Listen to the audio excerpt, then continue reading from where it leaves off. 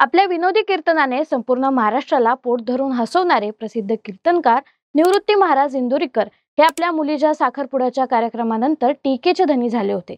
मुलीच्या साखरपुड्यावर इंदोरीकर महाराजांनी वारेमाप पैसा खर्च केला। त्यांनी आपल्या कीर्तनातून लोकांना लग्न साधेपणाने करण्याचा सल्ला देतानाच स्वतःच्या मुलीच्या साखरपुड्यावर मात्र लाखो रुपये खर्च केले होते। त्यामुळे सोशल मीडियावर त्यांच्यावर टीकेची झोड उठली होती। लोकांनी त्यांच्या मुलीचेही फोटो सोशल मीडियावर शेअर करत नको नको ते बोल लावले होते। आता मात्र या सगळ्या टीकेमुळे इंदोरीकर महाराज प्रचंड संतापलेले पाहायला मिळत आहे। त्यांनी थेट फेटा खाली ठेवण्याची म्हणजेच कीर्तन सेवा बंद करण्याबाबत सुतोवाच केले आहेत। त्यामुळे महाराजांच्या फॅन फॉलोअर्स मध्ये चिंतेचं वातावरण आहे। इंदोरीकर महाराज नेमके काय म्हणालेत, ते खरंच कीर्तन सेवा बंद करणार का, याविषयी आपण या व्हिडिओतून चर्चा करणार आहोत। नमस्कार, मी कोमल आणि तुम्ही पाहतायत कार्यारंभ। निवृत्ती महाराज देशमुख इंदोरीकर यांची मुलगी ज्ञानेश्वरीचा साखरपुडा अहिल्यानगर जिल्ह्यातील संगमनेर येथे पार पडला होता।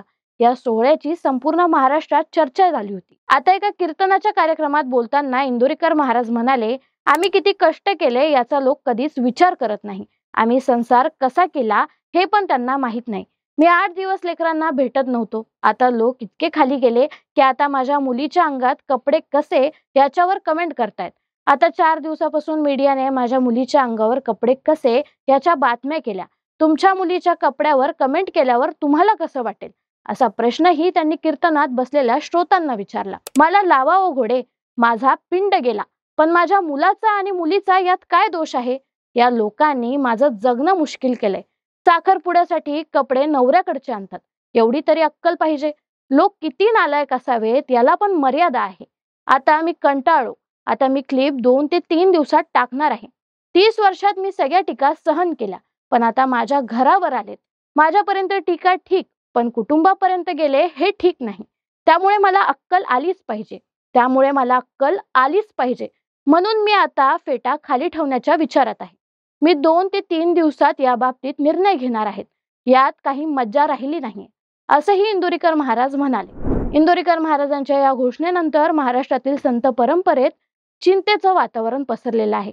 महाराष्ट्रात आपल्या कीर्तनाला सर्वाधिक गर्दी खेचणारे इंदोरीकर महाराज मुलीवरील टीकेनंतर प्रचंड संतप्त झाल्याचं पाहायला मिळतंय। येत्या 2 ते 3 दिवसात महाराज खरंच फेटा खाली ठेवणार का हे पाहावं लागेल। मात्र इंदोरीकर महाराज काही पहिल्यांदाच वादात सापडले असं नाही। मोहमाया यापासून दूर राहा म्हणणारे इंदोरीकर महाराज एका आलिशान घरात वास्तव्य करतात। त्यांनी बांधलेलं आलिशान घर देखील चर्चेचा विषय ठरलं होतं। महाराजांचे घर आधुनिक इंटेरियरने सजलेलं दिसल्यावर त्यावरून देखील त्यांच्यावर टीका झाली होती। कोरोना काळात देखील महाराज चर्चेत आले होते। मी लस घेतली नाही आणि घेणारही नाही असे ते म्हणाले होते। एकदा तर ते असेही म्हणाले होते, माझ्या कीर्तनाचे व्हिडिओ युट्यूबवर टाकणाऱ्यांचे पोरोपोरी दिव्यांग जन्माला येतील, असा माझा त्यांना श्राप आहे, असं ते म्हणाले होते।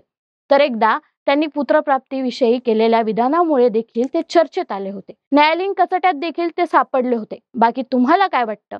खरंच इंदोरीकर महाराज आपली कीर्तन सेवा बंद करतील का? तुमचं मत आम्हाला कमेंट करून नक्की सांगा। व्हिडिओ लाईक करा, शेअर करा आणि चॅनलवर नवीन असाल तर सबस्क्राईब करायला विसरू नका। धन्यवाद।